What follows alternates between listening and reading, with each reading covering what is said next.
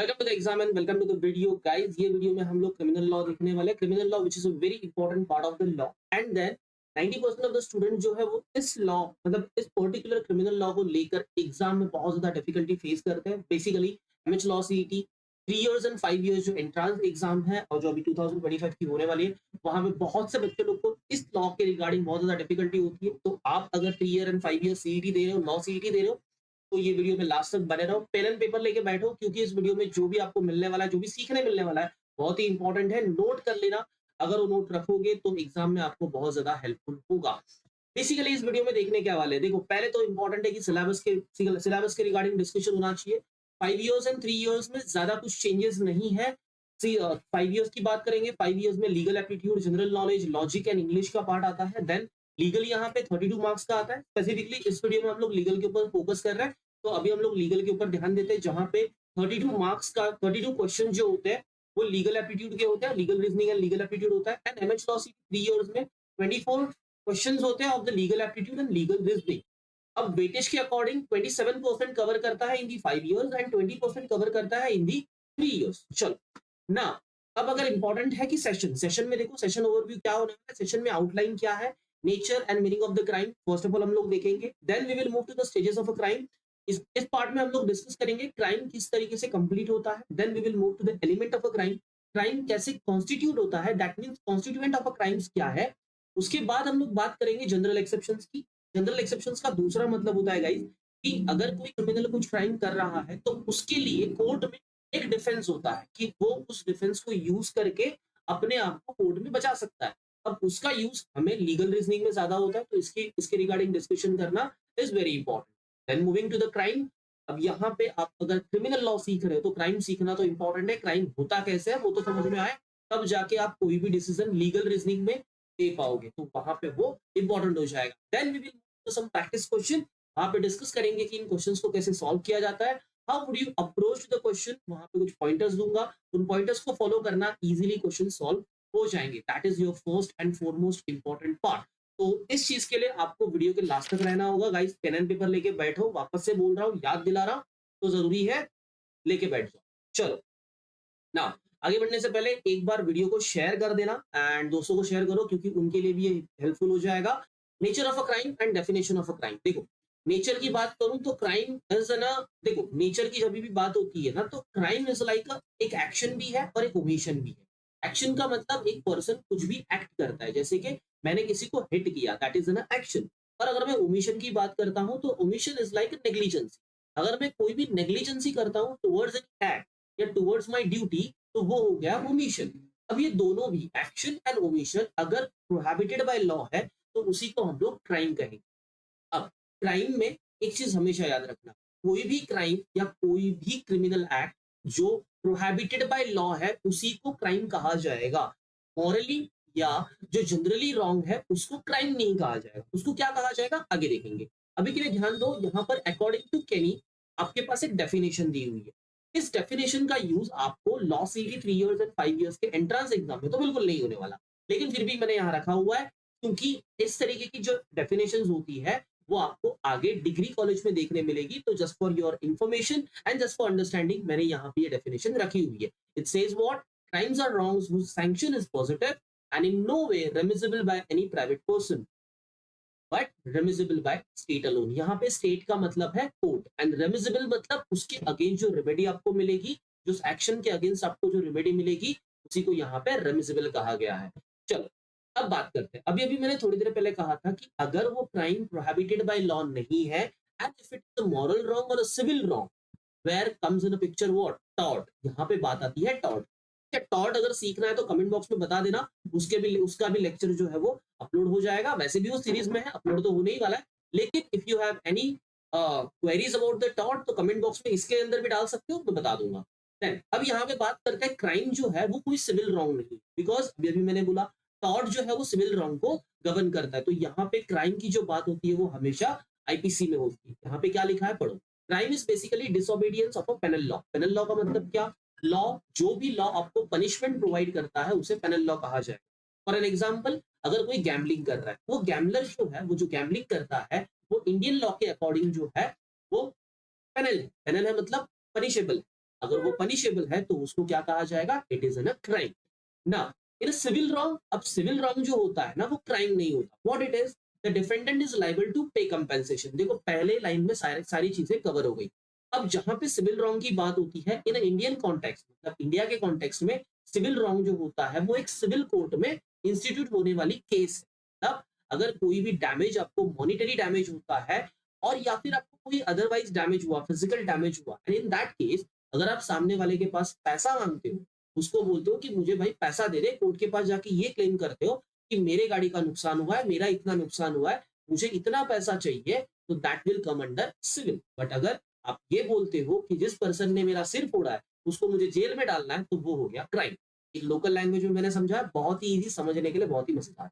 चलो अब आगे बात करते हैं स्टेजेस ऑफ क्राइम। देखो कोई भी क्राइम, सिंपल समझो ना, आपको अगर कोई भी एक्शन करनी है तो पहले तो आपको सोचना पड़ेगा कि मुझे वो एक्शन एक्शन करनी है। आप एक्शन करने के लिए सोच ले। अब आपने समझो ऐसा है, आपने स्टडी करने के लिए सोचा, स्टडी करने के लिए सोचते वक्त आपने स्टडी करने का सिर्फ इंटेंशन रखा हुआ है। आफ्टर दैट आप क्या करोगे, बुक लोगे, पेन लोगे, जो भी नोट्स है वो बनाओगे, या फिर जो भी वीडियो लेक्चर है वो वीडियो लेक्चर देखोगे। That is comes under preparation part. ये प्रिपरेशन पार्ट जो है ये करते वक्त आपने कोई भी अटेम्प्ट नहीं किया, आपने सिर्फ बुक लिया, आपने सिर्फ पेन लिया, आपने वीडियो का जो भी सोर्स है वो ओपन किया, बट अभी तक आपने कुछ भी स्टार्ट नहीं किया, दैट मीन्स आपने अटेम्प्ट नहीं किया है। This is only preparation stage. आप जैसे ही वीडियो को स्टार्ट करते हो और उसको स्टार्ट करने के बाद देखना शुरू करते हो, इसी को कहा जाता है अटेम्प्ट करना। आपने वीडियो को पूरा देख लिया, दिस इज व्हाट कमीशन। मतलब मैंने क्या कहा कि अगर कोई भी क्राइम करना है तो पहली चीज इंटेंशन होना चाहिए कि मुझे इसको मारना है, मुझे इसको मतलब किल करना है, समझ लो, मार ही देना है, समझ लो, किडनैप करना है, समझ लो। Then, अगर मुझे किडनैप करना है, अगर मुझे उसको अ, मार देना है, तो मैं क्या करूंगा, गन परचेस करूंगा, या कुछ भी जो भी कॉन्स्पिरसी मुझे करनी है, मैं वो कॉन्स्पिरसी करूंगा। मैं दो चार बंदों को बुलाऊंगा, दो चार लोगों को बुलाऊंगा, उनके साथ गैंग बनाऊंगा एंड डिसाइड करूंगा कि अब मुझे क्या करना है। That comes under preparation. अभी उसी प्रिपरेशन को आप प्लानिंग भी बोल सकते हो। Then, ये प्रिपरेशन होने के बाद we will try to attempt the crime, मतलब हम वहां पे जाके उसको मारने की कोशिश करेंगे। अगर समझो हम उसको मारने की कोशिश करते हैं, समझो हम लोगों ने क्या किया, हम लोगों ने एक प्लान बनाया कि एक पर्सन है जिसको कि हमें स्नाइपर से मारना है। अभी स्नाइपर से अगर उसको शॉट देना है तो हमें क्या करना होगा, स्नाइपर से एम लगाना होगा। अगर हमारा एम जो है वो सही निशाने पे लगता है एंड पबजी के लैंग्वेज में बोलता हूँ हेडशॉट लग गया, अगर वो मर गया तो वो क्या हो जाएगा, कमीशन हो जाएगा। लेकिन अगर वही हेडशॉट मिस हो गया तो उसी को कहा जाएगा अटेम्प्ट। अब यहाँ पे आप सिंपल एग्जांपल ले लो, मर्डर का एग्जांपल जो मैंने अभी अभी बोला कि अगर वो अटेम्प्ट पूरा होता तो वो मर्डर हो जाता, और अगर वो अटेम्प्ट पूरा नहीं हुआ है तो उसका मतलब वो क्या है, सिर्फ एक अटेम्प्ट है, वो कमीशन नहीं हुआ, तो that is attempt to murder. ठीक है, चलो ना coming to the next part, यहाँ पे एलिमेंट्स ऑफ क्राइम। देखो एलिमेंट ऑफ क्राइम, क्राइम में क्या क्या होना चाहिए, ये आप ही सोचो। अगर आपके दिमाग में कोई अच्छा ख्याल आता है, तब आपको कोई अच्छी चीज करनी है, तो आपके दिमाग में अगर कोई अच्छी चीज करने का ख्याल आता है, दैट मीन्स आपके जो इंटेंशन है वो क्या है, अच्छे है, you are in a good faith, आप अच्छी चीज करने के बारे में सोच रहे हो। लेकिन आप एक क्राइम करने के बारे में सोच रहे हो तो सबसे पहले आपके दिमाग में आएंगे गंदे विचार। मतलब क्या, आपके दिमाग में गिल्टी गिल्टी इंटेंशंस होंगे, गलत चीजें होंगी जो आपको करनी होगी, चोरी करनी है, किडनैपिंग करनी है, किसी को मारना है, किसी को समझो, किसी के हाथ पैर तोड़ देना है। अभी ये मैं जो लोकल लैंग्वेज में बात कर रहा हूँ, यही टेक्निकल टर्म्स में इसी को अलग अलग टर्म्स जो है वो आईपीसी में दिए हुए। अब मेंस रिया का मतलब क्या, गिल्टी इंटेंशन। मेंस रिया के अंदर भी बहुत सारे पार्ट्स आते हैं, जैसे कि इंटेंशन हुआ, नॉलेज हुआ, क्रिमिनल नेग्लिजेंसी हो गया, रेकलेसनेस हो गया। इन सारे के डेफिनेशन, सारे के मीनिंग वहां पे लिखा हुआ है। इंटेंशन का मतलब क्या है, इट्स अ डायरेक्ट पर्पस, मतलब आप डिसाइड कर लोगे कि मुझे इसको मार देना है, मुझे इसके हाथ पैर तोड़ना है। देन नॉलेज, आपको पता है कि अगर मैं रॉड से इसके सिर पे मारूंगा तो एक तो ये बेहोश हो जाएगा, लेकिन अगर को ये पता है कि मैं इसी रॉड से इसके बैक ऑफ द हेड मारूंगा तो ये मर जाएगा। This is what called as knowledge. अगर मैं इसके पैर पे मारूंगा तो ये मरेगा तो जरूर नहीं। या फिर ऐसा हो सकता है कोई पर्सन पहले से ही थोड़ा बहुत इंजर्ड है, को पता है कि अगर मैं इस इंजरी के ऊपर और कुछ अगर एक्शन ले लूं तो इसकी डेथ हो जाएगी। Now this is called as knowledge. ये भी पार्ट ऑफ द मेंजरिया हो सकता है।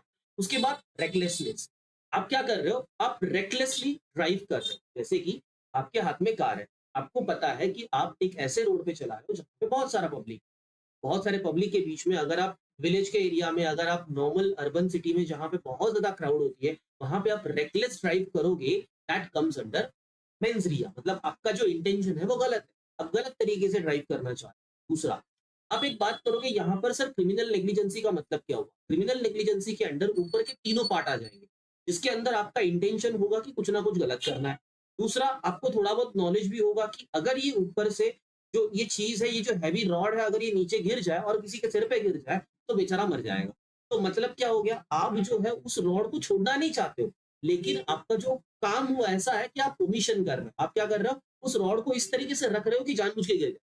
मतलब आप क्रिमिनल नेग्लिजेंसी दिखा रहे हो, a failure to exercise exercise reasonable care. मतलब कोई भी चीज करते वक्त अगर आप अपनी ड्यूटी टू केयर कंप्लीट नहीं करोगे तो उसको कहा जाएगा क्रिमिनल नेग्लिजेंस।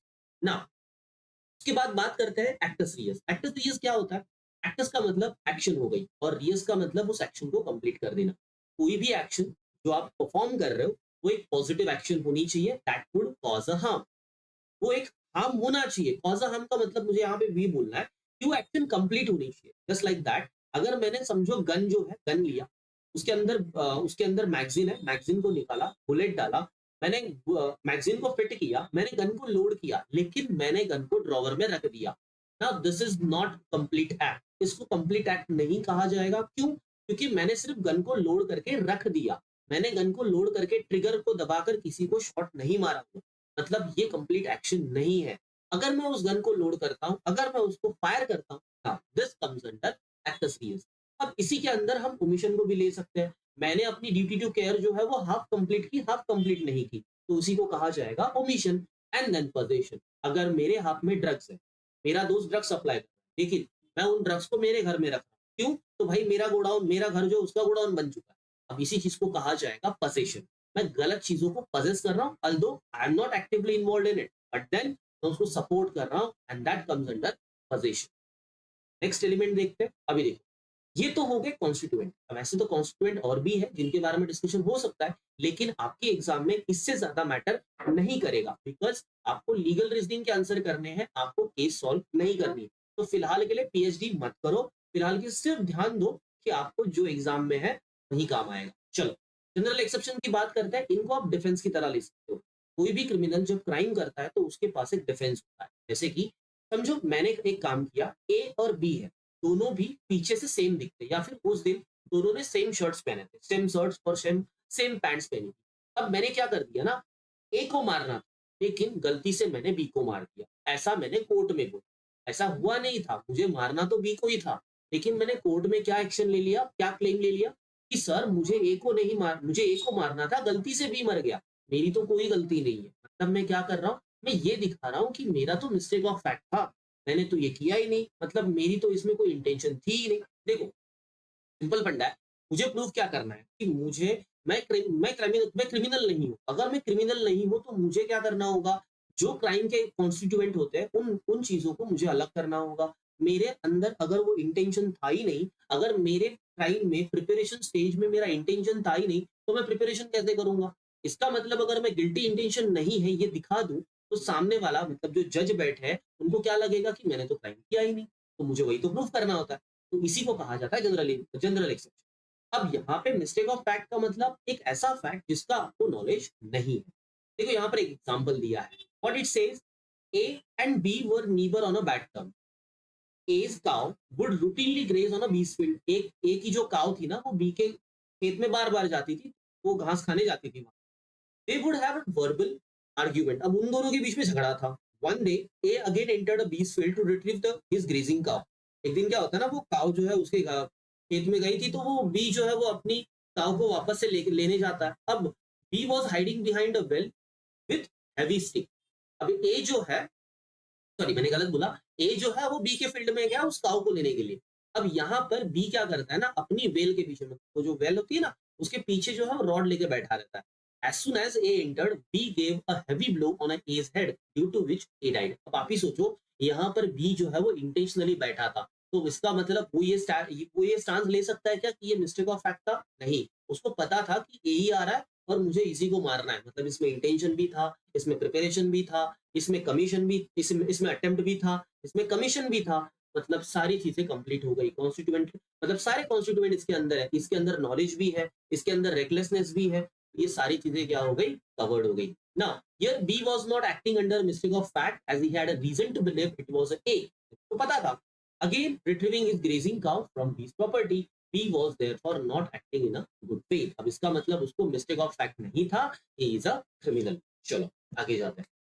हाँ, मैं स्लाइड को मूव कर रहा हूँ, इसका मतलब आप स्लाइड को मूव करो ऐसा नहीं होता। If you want you can stop the video and read it out. आप जो भी रीड करना चाहते हो रीड कर सकते हो। If you want you can take a screenshot of it and then you can store it down. आप नोट ले सकते हो। आई विल रेकमेंड यू कि आप नोट जो है स्क्रीनशॉट से मत लेना, लिख लेना, जिससे कि आपको लिखोगे, लेक्चर को देखोगे, लिखोगे भी तो उसका प्रैक्टिस हो जाएगा, रिविजन भी हो जाएगा, एट ए टाइम्स आपको समझ में भी आएगा ना। इनवॉलेंटरी इंटॉक्सिकेशन, देखो यहाँ पर इनवॉलेंटरी लिखा हुआ है, वॉलेंटरी इंटॉक्सिकेशन नहीं लिखा हुआ है। इनवॉलेंटरी इंटॉक्सिकेशन का मतलब ये होता है कि आपको इंटॉक्सिकेट किया गया है लेकिन आप खुद से नहीं हुए हो। मतलब आप खुद दारू पी के नहीं आए, खुद मजे के लिए दारू पी के नहीं आए, पार्टी करके नहीं आए, आपको किसी ने जानबूझ के दारू पिला दी, जानबूझ के ड्रग्स दिला दिए। अब इस केस में आपने अपने आप से कुछ भी नहीं किया, जानबूझकर तो कुछ भी नहीं किया। ये सारा चीज जो हुआ है, ये जितना भी एक्शन आपसे हुआ है वो अंडर दैट इंटॉक्सिकेशन हुआ है, क्योंकि आपने खुद ने नहीं किया। अब पढ़ो वहां पे। If at a time of commission of the act, by reason of intoxication, the person is incapable of knowing the nature of the act. ये इंपॉर्टेंट लाइन है, वापस से याद ध्यान दो। The person is incapable of knowing the nature of the act. तब एक person वो जो कर रहा है उस एक्ट के नेचर को नहीं समझ पाने के स्टेट में है, तो उसी को क्या कहा जाएगा? He is in intoxication. He is not able to understand what he is going to do. Because of an intoxication, substance administered to him without his knowledge or against his will, the person shall not be held liable. अब वहां पे जो intoxication उसने किया था ना, वो उसने खुद ने नहीं किया था, किसी ने उसे करवाया था। तो इसी को इसी वजह से उसको जो है वो लाइबल नहीं कहा जाए इस चीज के लिए, क्राइम के लिए। एग्जाम्पल क्या है? Basdev was in army. अब ये अच्छा, ये केस लॉज है ना, ये रियल केस लॉज है जो यहाँ पे रखे हुए एग्जाम्पल में। Basdev was in army during holidays, he went to wedding in Punjab. Every day everybody drank alcohol voluntarily in the village on the solemn occasion of a marriage. During the wedding, Basdev asked the boy to vacate a chair as he wanted to sit down. On the boy's refusal to comply, Basdev, in an inebriated condition, pulled out his service revolver and shot boy dead. अब आप ही बताओ, आपने एक person ने क्या किया? Intoxication किया, voluntary intoxication किया। वो जो दूसरा लड़का था उसको जाके उसने बोला कि आप नीचे बैठो, मुझे बैठना है चेयर पे। वो लड़का जो है वो नहीं बैठा, तो उसने क्या कर दिया? अपनी सर्विस रिवॉल्वर निकाली, because he is from army. अब उसके पास वो सर्विस रिवॉल्वर होगी, तो सर्विस रिवॉल्वर निकाली, लोड किया, शॉट। मतलब क्या हुआ कि उसके पास वॉलेंटरी इंटॉक्सिकेशन था, उसने उसको किसी ने इंटॉक्सिकेट नहीं किया था, वो खुद से पीकर आया था, और खुद से पीकर आने के बाद उसने उसको हेडशॉट किया है। इसका मतलब वो क्या हो गया? वो लाइबल हो जाएगा। Basdev was held guilty of murder since the general exception of involuntary intoxication under section 85 did not apply. वैसे मैंने यहाँ पे सेक्शन मेंशन किया है, बट आपके लिए वो इंपॉर्टेंट नहीं है, एग्जाम में सेक्शन नहीं पूछे जाते, तो उसके ऊपर फोकस मत करो। हाँ, अगर कोई सेक्शन पूछ भी लिया तो that would be exceptional case, वहां पे नहीं पूछा जाएगा, बिकॉज अगर 5 ईयर है तो बिल्कुल ही नहीं पूछा जाएगा।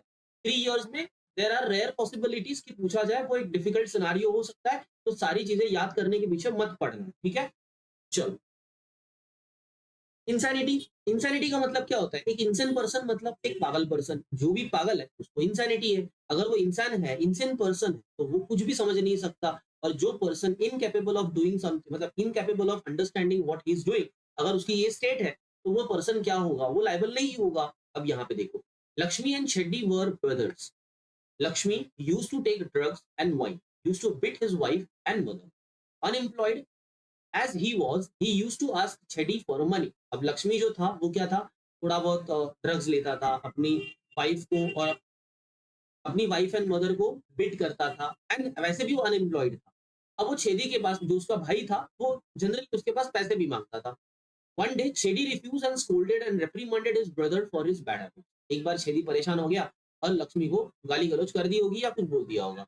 Lakshmi ran away for 1 month। एक मतलब उस मोमेंट पे तो लक्ष्मी चला गया, 1 महीने के लिए गायब हो गया। And came back one day with a butcher knife. अब बचर नाइफ लेके आया, वो होती है ना, छुरी होती है ना, वो लेके आया, एंड मर्डर, मतलब क्या कर दिया? छेदी को मार दिया। अब सोचो, वो 1 महीने बाहर था, मतलब वो एक स्टेबल माइंड से गया था, स्टेबल माइंड से गया था, वो पूरी इंटेंशन के साथ वापस आया था, उसका पूरा प्रिपरेशन था बिकॉज उसके पास नाइफ थी। अब वो नाइफ से उसने उसको मारा, इसका मतलब उसका माइंड जो था वो सेन माइंड था, वो सेन पर्सन था, वो इनसेन नहीं था। यहाँ पे वो क्या हो जाएगा, लाइबल हो जाएगा। देखो सारे एग्जाम्पल जो है ना मैंने कॉन्वर्स रखे हुए हैं बिकॉज ऑफ आपको नेचर ऑफ एक्सेप्शन समझ में आना चाहिए। Chedi's wife saw Lakshmi hurried running away after murdering his brother from their house। देखो ये दूसरा हिंट है क्या, कि वो जैसे ही उसको मारा, छेदी ने जैसे ही लक्ष्मी को लक्ष्मी ने जैसे ही छेदी को हिट किया या फिर जो भी उसको उसके ऊपर स्टैबिंग की होगी, तो उसके बाद जो लक्ष्मी है वो रैन अवे हो गया, मतलब भागना शुरू कर दिया। अब यही चीज किसने देखी, वाइफ ने देख ली। अब इसका मतलब क्या हो गया, वो भाग रहा था, इसका मतलब उसका इंटेंशन उसी को मारना था। तो ये प्रूव हो गया कि Lakshmi was liable for the crime, and वो भी मर्डर के लिए लाइबल हो जाएगा। क्या अब उसके लिए अनसाउंड माइंड वो नहीं होगा, बिकॉज लक्ष्मी जानता था कि वो क्या कर रहा है। देखो लास्ट लाइन पढ़ो, वाइट वाइट जो वाइट लिखा हुआ है line, Lakshmi knew what he did was wrong as he ran away immediately after committing the act. समझ में आया? तो इसका मतलब वो इंसेंट पर्सन नहीं था। चलो, प्राइवेट डिफेंस। अच्छा, प्राइवेट डिफेंस को डिस्कस करने से पहले इतनी मेहनत से समझा रहा हूँ तो यार लाइक कर दो, और वीडियो को शेयर करने को मैंने पहले ही बोला हुआ है, और अगर अच्छा लगे तो सब्सक्राइब भी कर देना।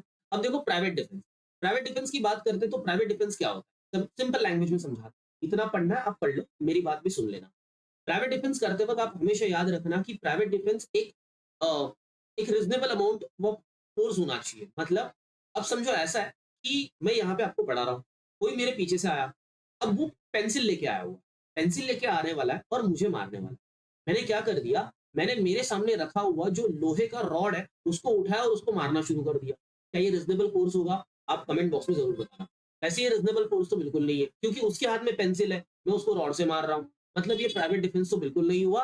I am completely aware of the sense कि अगर मैं इसको रॉड से मारूंगा तो ये मर जाएगा, वैसे पेंसिल से वो मुझे मारेगा तो कुछ नहीं होने।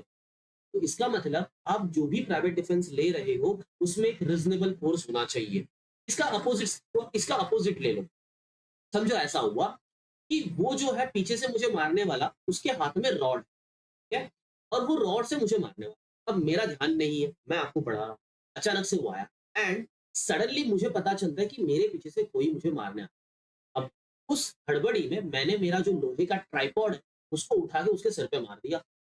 गलती से मार दिया था या फिर सडनली मार दिया था, लेकिन उसके बाद अगर उसकी मौत भी हो जाती है, अगर उसकी डेथ भी हो जाती है ना, तो भी मुझे जो है क्रिमिनल नहीं समझा जाता। हाँ, मुझे छोटी मोटी पनिशमेंट तो पक्की हो जाएगी, मतलब 2-3 साल के लिए अंदर जरूर जाऊंगा, लेकिन क्रिमिनल मतलब पूरी तरह क्रिमिनल नहीं। क्यों? क्योंकि मेरा इंटेंशन वो नहीं था। माइट भी ये भी हो सकता है, अगर उसका जो इंटेंशन था, उसकी जो कॉन्स्पिरसी थी, वो उतनी अगर डेंजर हो तो मुझे मतलब बाइज्जत बलि भी कर दिया जाए, मतलब छोड़ दिया जाए, मुझे जेल नहीं भी हो। में आ रहा है? एग्जांपल देख लो। James Martin had a bread making factory in Kerala. अब जेम्स मार्टिन के पास क्या है, ब्रेड मेकिंग फैक्ट्री है। The opposition party in Kerala had organised state bandh to protest against policies of ruling government. अब यहाँ पे क्या हो गया ना कि अपोजिशन पार्टी ऑफ केरला ने क्या कर दिया, बंद घोषित कर दिया स्टेट में।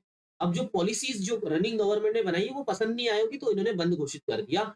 Political workers of opposition party were going around telling people to abstain from work to make Band a success.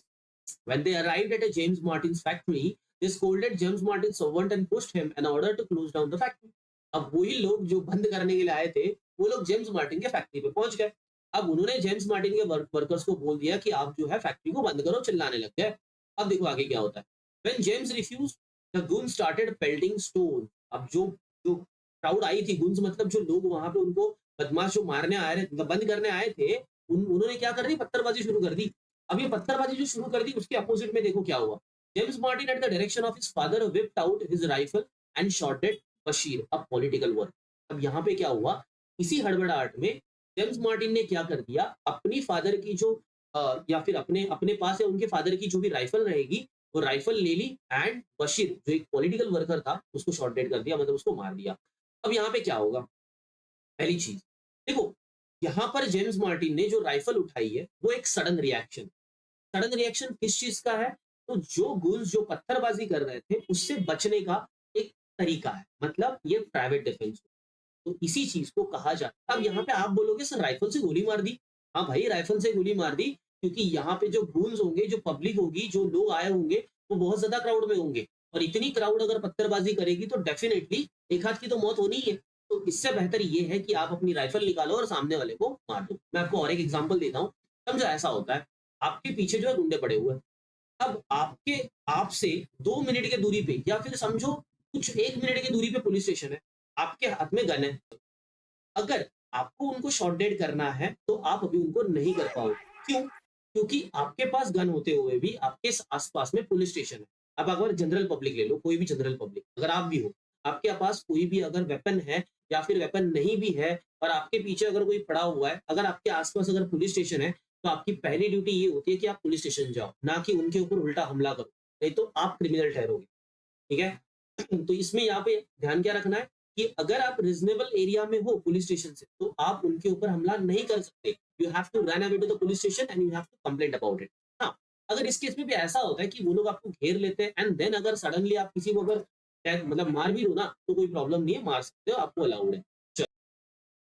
Next general exception है एक्सीडेंट। एक्सीडेंट की बात करेंगे, एक्सीडेंट इज नॉट इंटेंशनल, तो ये इंटेंशनल नहीं होता। जो भी पर्सन एक्सीडेंट करता है उसके पास कोई भी प्रिपरेशन नहीं होता, तो एक्सीडेंट कभी भी क्राइम नहीं हो सकता। Accident would be exception to the crime. Now example क्या है? अब समझो कोई पर्सन है किसी दूसरे पर्सन के साथ फाइट कर रहा है एंड इन दैट केस उन दोनों के बीच में किसी थर्ड पर्सन ने एंट्री कर दी। अब आपके बीच में झगड़ा शुरू है तो आपको क्या करना है? एक दूसरे से ही झगड़ा करना है। अगर आप थर्ड पर्सन को हिट करोगे और अगर उस वजह से उसकी अगर डेथ हो जाती है, उसको अगर कुछ डैमेज हो जाता है, सो आप जो है लायबल हो जाओगे उसके लिए। आप वहां पे एक्सीडेंट नहीं बोल सकते क्योंकि आपको जो है उसको हिट करना ही नहीं था। एग्जाम्पल देखो, second example where the accused for the fighting with the man and the man's pregnant wife intervened. The accused aimed at the woman but accidentally hit the baby who was killed. He was not allowed protection under this section because he was not doing a lawful act in lawful manner by lawful means. तो उसने जानबूझ के किया था, उसको पता था, फिर भी उसने किया, तो उसकी गलती होगी। एक्ट ऑफ चाइल्ड, जो भी पर्सन 7 इयर्स एज के नीचे है तो वो चाइल्ड बोला जाएगा, या फिर 7 से लेकर 12 के बीच में इन केस ऑफ रेप तो उसको भी चाइल्ड ही कंसिडर किया जाएगा। और चाइल्ड से हुआ कोई भी क्राइम नहीं होता। 6 year old accidentally sets fire to the house, not an offence. ठीक है गाइस? क्राइम्स की बात करते हैं तो क्राइम जो है अलग अलग कैटेगराइज में हो सकता है। क्राइम अगेंस्ट पर्सन हो सकता है, क्राइम अगेंस्ट थिंग हो सकता है, क्राइम अगेंस्ट इकोनॉमी हो सकती है, क्राइम अगेंस्ट पब्लिक हो सकता है। So these are all the types of crime. ये नेचर के बेस पे होता है, वैसे तो लॉ के बेस पे भी अलग अलग हो सकता है। क्राइम अगेंस्ट पर्सन, इसके अंदर क्या क्या होगा? Culpable homicide and murder. Culpable homicide and murder में सिंपल डिफरेंस होता है। कल्पेबल होमिसाइड के अंदर कुछ एक्सेप्शंस आ जाते हैं, वो एक्सेप्शंस का बात होता है तो उसको कहा जाएगा culpable homicide, that is comes under a exception case. तो वो प्रोवोकेशन हो सकती है, इंटॉक्सिकेशन हो सकता है, तो दीज आर दी एक्सीडेंट हो सकता है, these are come under the culpable homicide. Murder क्या होगा? उसके अंडर एक्सेप्शन नहीं होगा, आप डायरेक्टली किसी की मर्डर करोगे, that will be murder. Example देख लो, एग्जाम्पल में क्या होगा? ये एक फेमस केस है बच्चन सिंह का, जिसके अंडर बच्चन सिंह क्या करता है ना, बच्चन सिंह दूसरा प्रीतम सिंह को क्या करता है? मारने जाता है। लेकिन यहाँ पर ऐसा होता है कि एक पर्सन दूसरे पर्सन को मारते वक्त एक नाइफ लेके जाता। अब उसको मारना था, सिर्फ उसके हाथ पैर तोड़ने थे, उसके सिर्फ हाथ पैर तोड़ने थे। अब हाथ पैर तोड़ना है, उसका मर्डर नहीं करना है, लेकिन वो उसके हाथ पैर तोड़ता है। वो हाथ पैर तोड़ने गया, उसकी मर्डर करने नहीं गया था। उसका प्लान क्या था कि इसके हाथ पैर तोड़ने हैं या फिर इसको कुछ ना कुछ वार्न देने, लेकिन उस केस में उसका मर्डर हो जाता है। तो उस चीज को मर्डर नहीं कहा जाएगा, कल्पेबल होमिसाइड। मर्डर की बात करूं तो मर्डर पर्टिकुलरली किसी की डेथ करने के लिए ही किया जाता है। आपका प्लान जो है वो ये दिखाता है कि आप उसकी मर्डर करने के लिए गए थे, तो that will be come under murder. Defamation, अगर आप किसी को गाली गलौज करोगे, पब्लिकली किसी को हार्म करोगे, पब्लिकली उसकी फेम को हार्म करोगे, रेपुटेशन को हार्म करोगे, पब्लिकली उसके रिगार्डिंग गलत पिक्चर्स आप दिखाओगे, गलत चीजों को दिखाओगे, गलत चीजों को लिखोगे, पब्लिश करोगे। याद रखना, पब्लिश करना इंपॉर्टेंट है यहाँ पर डिफेमेशन में। Defamation is not about private thing. आप प्राइवेटली एक दूसरे को गाली दे रहे हो, यू विल से कि हाँ ये डिफेमेशन हो गया, हम लोग कंप्लेंट करेंगे, नहीं होता। डिफेमेशन पब्लिकली होना चाहिए, 4 लोगों के बीच में होना चाहिए, that will come under a defamation. दूसरी चीज, यहाँ पर डिफेमेशन में अगर आप किसी को चोर है, उस चोर को कोर्ट ने बोला है कि चोर नहीं है और आप उसको चोर बोल रहे हो, तो भी वो डिफेमेशन हो जाएगा। रास्ते में से कोई अंधा या लंगड़ा जा रहा है, आप उसको अंधा या लंगड़ा रास्ते पे बोल रहे हो, वो भी डिफेमेशन है। तो उसको भी डिफेमेशन ही कहा जाता है। आप किसी भी अंधे को, किसी भी लंगड़े को लंगड़ा या अंधा नहीं बोल सकते, क्योंकि वो जो है उनकी स्पेशल एबिलिटी है, उनको स्पेशल एबिलिटी का स्टेटस दिया गया है, तो आप उनको उस तरीके से नहीं बोल सकते, that will come under defamation. अगर लीगल रीजनिंग में क्वेश्चन आ जाता है तो ध्यान रखना, ठीक है। अब एक एग्जांपल दिया, A draws a picture of a Z running away with the B's watch intending to be believe that a Z stoles B's watch. यहाँ पे जेड को चोर दिखाने के वास्ते, मतलब चोर दिखाने के लिए जेड की एक ऐसी पिक्चर बनाई गई कि वो बी की वॉच लेके भाग रहा है, ठीक है। तो उस केस में जेड को जो है यहाँ पर जेड जो है यहाँ पे क्या करेगा, केस कर देगा ए के ऊपर, डिफेमेशन की केस कर देगा, बिकॉज पिक्चर ऐसी है कि जेड को चोर माना जाएगा, that is come under defamation. Crime against the property, crime against the property, अब क्राइम अगेंस्ट प्रॉपर्टी जो भी होता है वो लाइक ऐसे होंगे कि चोरी कर दी आपने, कुछ डेकोइटी डाल दी, एक्सटॉर्शन कर दिया। अब देखो, थेफ्ट मतलब चोरी, एक्सटॉर्शन मतलब छीन के लेना, थेफ्ट का मतलब क्या हो गया, चोरी करना। अब हाँ, इंटेंशन ये है कि दूसरे के पास से एक चीज उठा के लेके आना, चोरी करने का intention, that is what theft is. Extortion का मतलब क्या होता है, एक्सटॉर्शन इज आप किसी को डरा रहे हो, आप किसी को इंटेंशनली डरा रहे हो, उसके दिमाग में डर भर रहे हो कि अगर तू ये चीज नहीं करेगा, मुझे अगर अपनी ये चीज नहीं देगा, अगर तू ऐसा नहीं करेगा तो मैं तुझे मार दूंगा। या फिर उसके बच्चे को पकड़ के रखा, उसको बोला 10,000 दे, 10 करोड़ दे, तो ये हो गया एक्सटॉर्शन, ठीक है।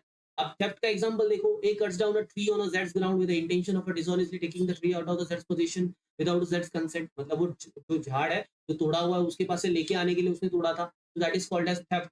एक्सटॉर्शन, आप ए ने जेड को क्या कर दिया, डरा दिया, उसके चाइल्ड को पकड़ लिया जेड के और उसको बोला कि भाई पैसा दे दे, प्रॉमिसरी नोट अपने नाम पे लिख के दे दे मेरे नाम पे, that is called as extortion. Next, robbery, theft and rob, theft और एक्सटॉर्शन ये दोनों भी पार्ट है रॉबरी के। आप थेफ्ट एंड एक्सटॉर्शन में अगर किसी को भी हर्ट करते हो, किसी को भी रॉन्गफुली रिस्ट्रेन करते हो, या किसी की भी डेथ हो जाती है, तो इस केस में आपको जो है रॉबरी के अंदर जेल में डाल दिया जाएगा, आपके ऊपर रॉबरी का फाइन लग जाएगा। A holds Z down and fraudulently takes the Z's money, steals from Z's clothes without Z's consent. Here A has committed a theft. In order to committing of that theft, has voluntarily caused wrongful restraint to Z. मतलब उसको दरवाजे के अंदर बंद करके रखा होगा room के अंदर. That is called as robbery.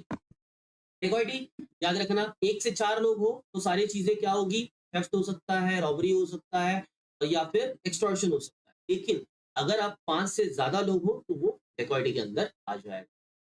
Now criminal misappropriation and मिसचिफ, एक चीज समझो, क्रिमिनल मिसअप्रोप्रिएशन मतलब क्या, मिसअप्रोप्रिएट मतलब किसी चीज को गलत तरीके से मिसअप्रोप्रिएटली अपने लिए यूज कर लेना या अपने लिए रख देना, that is called as criminal misappropriation.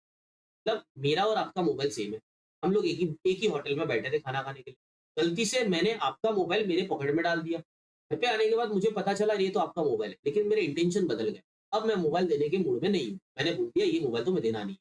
मतलब ये क्या हो गया, मैं अभी झूठ का गलत काम कर रहा हूँ, मैं उस मोबाइल को अपना बना रहा हूँ, इसका मतलब ये हो गया क्रिमिनल मिसअप्रोप्रिएशन। अब कभी कभी ऐसा भी होता है, आप किसी के पास से अच्छे के लिए भी मतलब कोई पर्पज अलग होता है, अभी ले लेते हो, लेकिन बाद में आपके दिमाग में आता है कि अभी तो देना नहीं है, तो that will come under criminal misappropriation. मिसचिफ क्या होगा, मिसचिफ का सीधा सीधा मतलब होता है कि आप दूसरे की चीजों को हार्म करना चाह रहे हो, बिकॉज ऑफ आपको उस पर्सन को डैमेज दिलाना है, उस पर्सन का नुकसान करना है, तो that is come under मिसचिफ।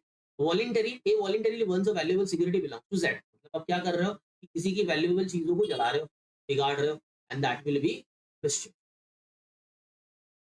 Crime against public order, public order publicly disturbance create करना, पब्लिक पीस को बिगाड़ना, पब्लिक ट्रैंक्विलिटी को बिगाड़ना, that is crime against the public order. इसके अंडर क्या होगा, पब्लिक न्यूसेंस, आप किसी को भी पब्लिकली डिस्टर्ब कर रहे हो, लोगों को पब्लिकली डिस्टर्ब कर रहे हो, आपकी शादी है 11 बजे के बाद डीजे लगा रहे हो, पब्लिक न्यूसेंस हो गया। आप बड़े जोर जोर से वॉल्यूम बड़े बड़ा करके गाने सुन रहे हो, लेकिन बाजू में किसी की एग्जाम है, पब्लिक न्यूसेंस हो गया, वो केस भी कर सकते हैं, ठीक है, हाँ ऐसी केस होती भी है। आप जब भी डीजे लगा के हल्दी में नाचते हो, 11 बजे के बाद फोन आता है, पब्लिक फिर पुलिस आती है, that is called as public nuisance. अगर आप नहीं बंद करोगे, they will take you under jail, under the public nuisance. Economic crimes कौन से होते हैं, जो इकोनॉमी के अगेंस्ट होंगे, क्या होगा, चीटिंग एंड फ्रॉड। चीटिंग का मतलब क्या हो गया, whoever by deceiving any person fraudulently or dishonestly induces the person so deceived to deliver any property to any person। मैं सिंपल लैंग्वेज में समझाता हूँ, चीटिंग का सीधा सीधा मतलब है आप किसी भी पर्सन के पास उसकी प्रॉपर्टी को अपने नाम पे करने के लिए गलत तरीके से उसके पास से साइन ले लेते हो, या फिर दारू पिला देते हो और उसको बोलते हो कि अभी साइन कर, या फिर कोई इंटॉक्सिकेशन कर देते हो, उसको किसी भी तरीके से आप इंड्यूस करते हो कि वो जो है अपनी चीजों को मेरे नाम पे कर दे, इसी को कहा जाएगा चीटिंग। अब फ्रॉड का मतलब क्या है, whoever cheats and thereby dishonestly induces the person deceived or deliver any property to any person to make, alter, destroy the whole or any of a part of valuable security or anything which is signed or sealed which is capable of being converted into valuable security. अब यहाँ पर दोनों में difference एक छोटा सा ही difference है. Cheating जो होती है वो नॉर्मली कैसी होती है ना, देखो चिटिंग का मतलब एक तरीके से ऐसा होगा कि आप किसी भी मूवेबल चीज के ऊपर चिटिंग कर सकते हो. फ्रॉड जो होता है वो मोस्टली इनमूवेबल चीजों के ऊपर होता है. ये जनरल डिफरेंस. बट यहाँ पर अगर एक इंपॉर्टेंट डिफरेंस देखना है तो एक लाइन पढ़ो यहाँ पे. Intentionally induces the person so deceive to do or omit to do anything which he would not do or omit if you are not so deceived, and which act or omission causes or is likely to cause damage or harm to that person in body, mind, reputation or property. इसका मतलब क्या होता है? आप cheating में क्या करते हो ना, किसी पर्सन के पास से कोई चीज अपने नाम पे करवाते हो और उसकी वजह से उसको जो है वो हार्म हो जाता है. उसकी वजह से उस पर्सन की माइंड और रेपुटेशन पे डैमेज हो जाता है. एक्सप्लेनेशन क्या दिया है देखो. A dishonest concealment of a fact is a deception with the meaning of deception. मतलब आपका डिसऑनेस्ट कंसीलमेंट, आप गलत तरीके से उसको जो है चीज रिसीव करवा रहे हो. मतलब मैंने आपको रूम बेचा लेकिन वो जो रूम था ना वो किसी और के नाम पे था, मैंने आपको बताया नहीं. This is what cheating. A by falsely pretending to be in a civil service intentionally deceives the Z and thus dishonestly induces Z to let him have a credit goods for which he does not mean to pay exchange. मतलब यहाँ पे उसने क्या कर दिया, अपनी power का इस्तेमाल किया to get that benefit. Fraud में क्या होगा, आप किसी के पास से गलत तरीके से एक चीज को अपने नाम पे कर लोगे, that will come under a fraud. ज्यादा डिफरेंस गिरेगा नहीं बिकॉज दोनों भी चीजें एक तरीके की होती है और एक ही टाइम पे एक ही आएगा, तो ज्यादा उसमें डिफरेंस के लिए आपको कोई भी प्रॉब्लम नहीं आएगा. Practice question. अब देखो क्वेश्चन में क्वेश्चन कैसा होगा, आपको एक प्रिंसिपल दिया होगा, फैक्चुअल सिचुएशन होगी एंड देन क्वेश्चन होगा.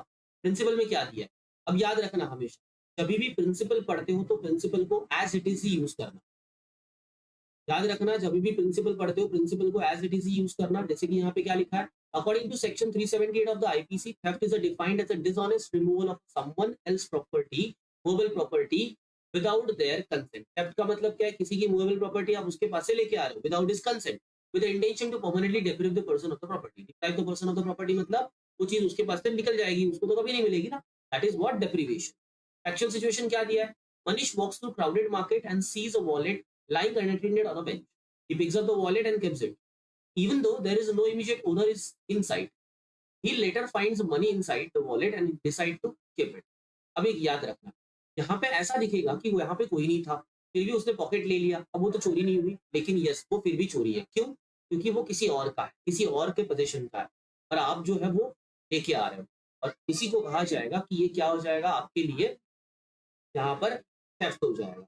So that means Manish has committed a theft as he took the wallet without the owner's consent and intended to keep it. उसका intention क्या था कि मेरे पास रखना है. That is what theft is.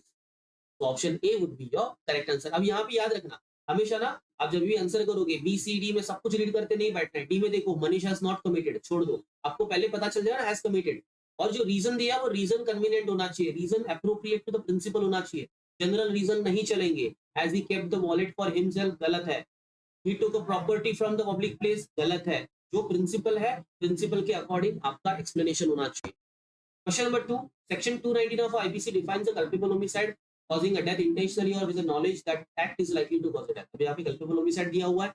During a road rage incident, Ali punches Vikram in the face. Vikram falls, hits his head on a pavement and dies instantly due to injury. अब यहाँ पे याद रखना, due to road rage incident, Ali punches the Vikrams in the face. यहाँ पर अली ने जानबूझ के नहीं मारा है, गलती से लग गया, ये एक्सीडेंट है. एक्सीडेंटली उसको पंच लग गया, उसका सिर जो है वो पेमेंट पे लग गया, उसका सिर जो है वो पेमेंट पे लग गया एंड डेथ हो गई. तो that is come under the culpable homicide. यहाँ पे क्या होगा, अली ने क्या कर दिया, कल्पेबल होमिसाइड कर दिया. Ali has committed murder, not at all. Ali has committed culpable homicide, yes. Previous अर्थ तो नहीं है and Ali is not guilty तो हो नहीं सकता. That means option B is your correct answer.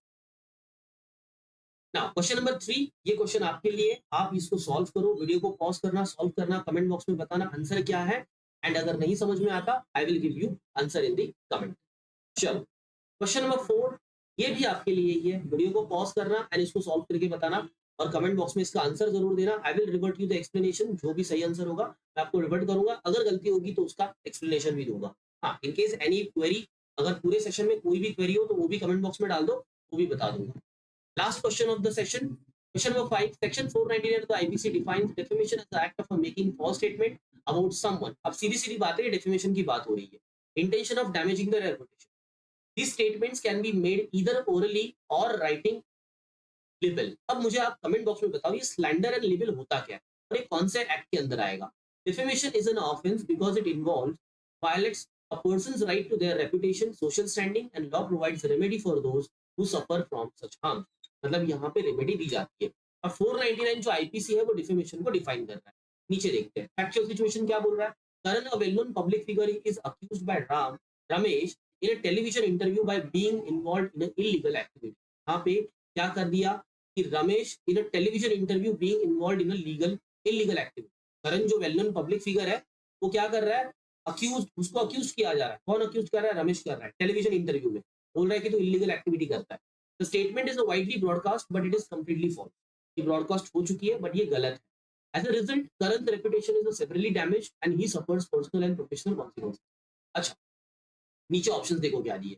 What legal decision should be made regarding the Ramesh action?